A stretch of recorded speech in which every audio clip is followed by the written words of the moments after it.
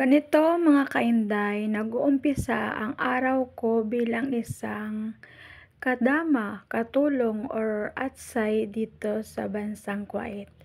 Pagkagising ko sa umaga guys, syempre magpe-prepare tayo ng sarili natin, maliligo tayo, mag-aayos tayo para presentable tayo kapag humarap tayo sa ating mga amo.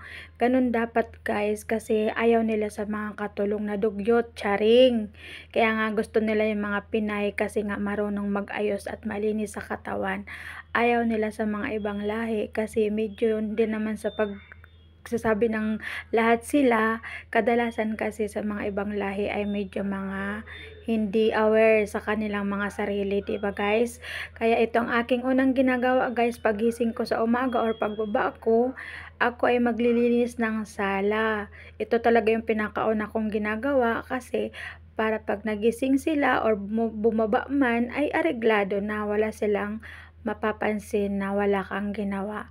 At dito naman talaga sa aking pinagtatrabahuan guys, marami akong oras sa mga pagtatrabaho kasi nga medyo late na silang nagigising at ang saya-saya lang at nakakaganda lang ng sitwasyon kasi nga once lang ako dito maglilinis kasi walang bata. Yun ang kagandahan sa akin. Kasi sa mga iba kong kaibigan, nakakapagkwento sila sa akin na mahirap daw kapag may bata sa bahay na yung pinagtatrabahuan. Kasi daw pag may bata, kayong kalilinis mo pa lang, pag talikod mo ay pagbalik mo ay may kalat na naman. Kaya wala kang ginagawa kundi paulit-ulit na lang yung linis mo at saka pag-aayos mo, saka mamaya-maya ikakalat na naman. Kaya sa dito talaga sa pag-abroad, saan man tayo mapunta ay swerte-swertehan lang. Magkakaiba man tayo ng sitwasyon pero isa lang naman talaga ang goal natin sa buhay.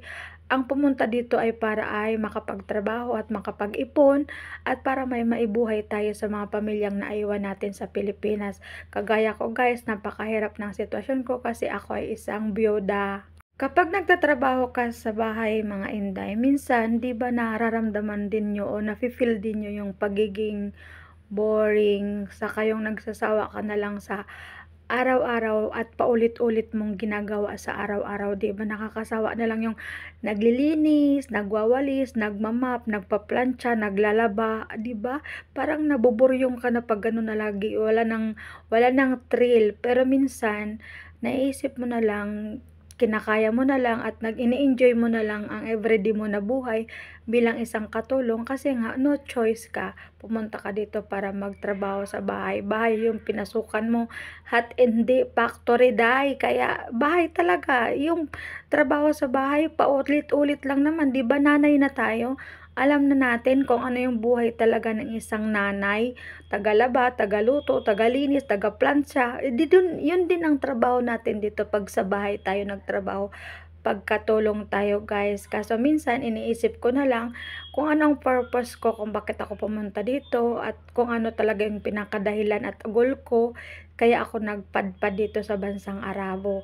Kapag naisip ko yun, lalo na naman akong lumalakas guys kasi ito talaga yung paraan ko para mabigyan ko ng magandang buhay ang aking mga anak at mapag-aral ko sila guys, 'di ba? Pagkatapos ko maglinis mga inday sa sala, ito yung sunod kong gagawin. Kapag may mga tupiin at plantsahin, aakyat ako dito sa may changing room kasi dito ako magpaplantsa saka magtutupi. Pero hindi naman everyday kasi minsan ngayon, lalo na ngayon guys na taglamig, ay nahihirapan ako magpatuyo ng mga damit. Buti na lang ay may binili sa akin si amo na yung sampayan na dekuryente.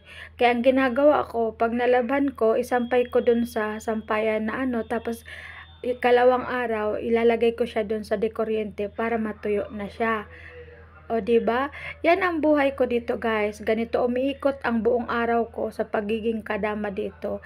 Minsan nakakapagod, minsan nakakalungkot or what, pero kaya lang, laban lang tayo para sa ating mga pangarap sa buhay. Laban lang kung ano man yung mga mithiin natin sa buhay, 'di ba, guys? Kasi nga bawat pagsubok at bawat yung ginagawa natin ngayon ay hindi naman ito forever. Hindi naman tayo dito forever na magiging katulong sa ibang bansa.